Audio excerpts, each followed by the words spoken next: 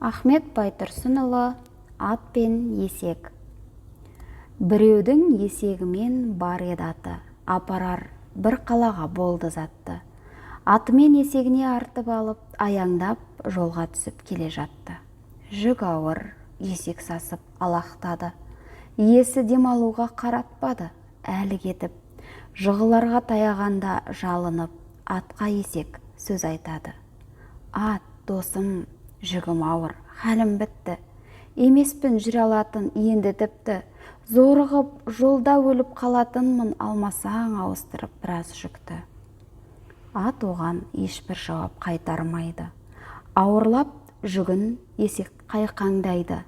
Ентігіп ішін соғып дымығырып, жүруге онан әрі жайы қалмайды.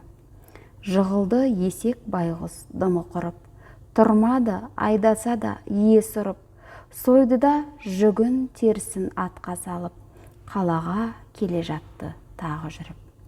Қараңдар, шара бар ма мына сорға?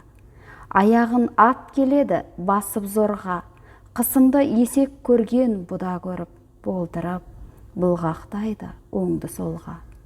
Өкініп өткен іске ат келеді. Мен қате еткен екем, ақ деді.